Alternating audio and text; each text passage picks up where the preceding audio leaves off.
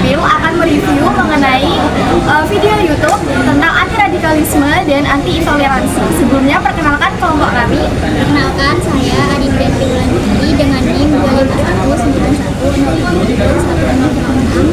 Saya Octaviana Madani dengan NIM 251910301020. Saya Dian Lela Yataputri dengan NIM 251910301030.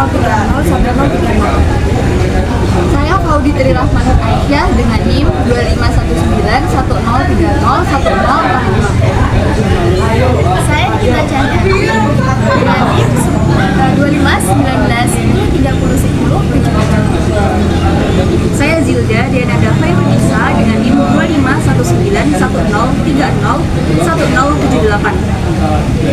Saya Nanda Jalur Lapang dengan NIM 251910301080.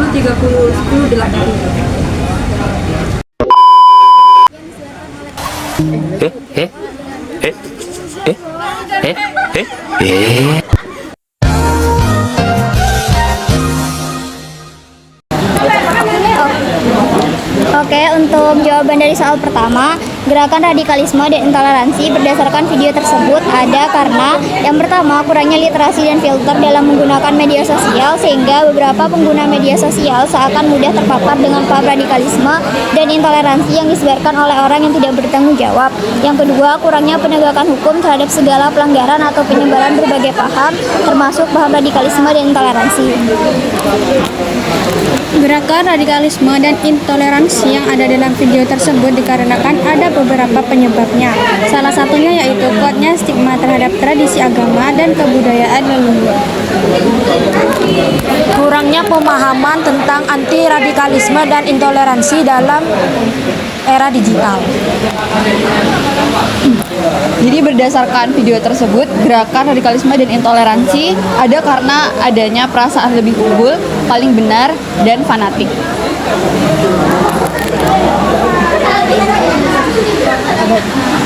Adanya hal tersebut karena adanya perbedaan sosial, politik, ekonomi, bahkan budaya yang disikapi dengan kekerasan, sehingga dapat memunculkan sikap radikalisme yang kemudian memunculkan juga sikap intoleransi.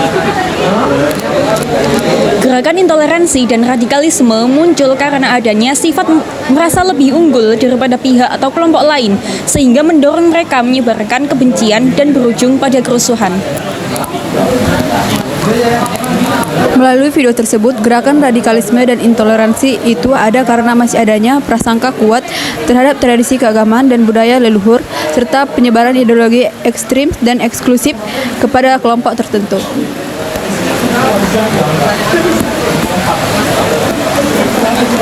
Kemudian untuk jawaban soal kedua, gerakan radikalisme dan intoleransi di media sosial umumnya seperti penyebaran informasi radikalisme dan intoleransi yang dapat dengan cepat diakses oleh banyak orang. Kemudian media sosial dapat menyebabkan perkuatan ekstrim dan mengurangi kemampuan untuk melihat perspektif lain. Dalam video tersebut, mereka melakukan penolakan dengan beberapa cara. Salah satunya adalah penistaan agama yang bertujuan untuk merendahkan atau menghina suatu agama. Dalam video tersebut, mereka melakukan gerakan menggalang dana untuk kepentingan kelompok. Gerakan yang dilakukan yaitu penolakan terhadap kegiatan tertentu seperti ceramah dan pendirian tempat ibadah. Baik, mereka menunjukkan sikap kekerasan yang membawa pada tindakan yang bertujuan melemahkan pemahaman baru. Lalu mereka juga menunjukkan sikap tidak menghargai perbedaan yang ada di sekitarnya. Gerakan yang mereka lakukan berupa penyebaran paham radikalisme melalui media sosial dan penolakan terhadap kelompok beragama dan berkeyakinan. Mereka bergerak dengan menolak ceramah atau pendakwah yang dianggap berbeda paham, menolak pembangunan tempat ibadah, mendorong kebijakan diskriminatif, dan memanfaatkan laporan penistaan agama untuk membatasi kebebasan beragama.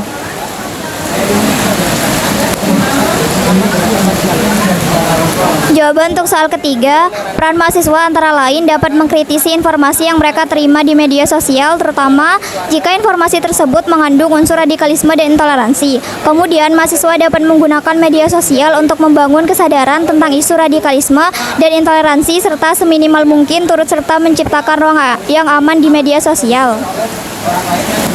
Peran mahasiswa untuk peka terhadap isu tersebut adalah belajar memahami agama dengan baik agar tidak terjerumus di dalamnya.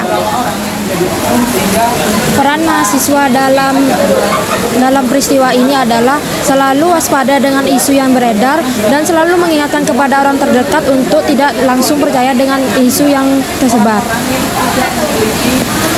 Peran mahasiswa untuk peka terhadap isu tersebut adalah memupuk rasa persaudaraan dengan menumbuhkan tenggang rasa seperti menghargai dan menerima.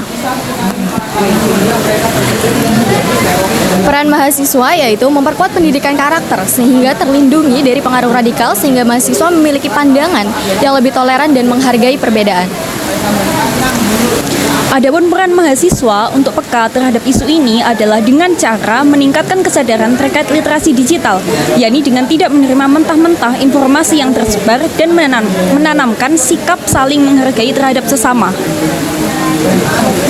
Peran mahasiswa yaitu mahasiswa perlu meningkatkan literasi toleransi dan kebinekaan, melakukan kajian kritis terhadap berita atau informasi yang memecah belah, aktif berdiskusi tentang keberagaman, serta ikut mengawasi dan mengadvokasi kebijakan yang adil bagi semua kelompok beragama.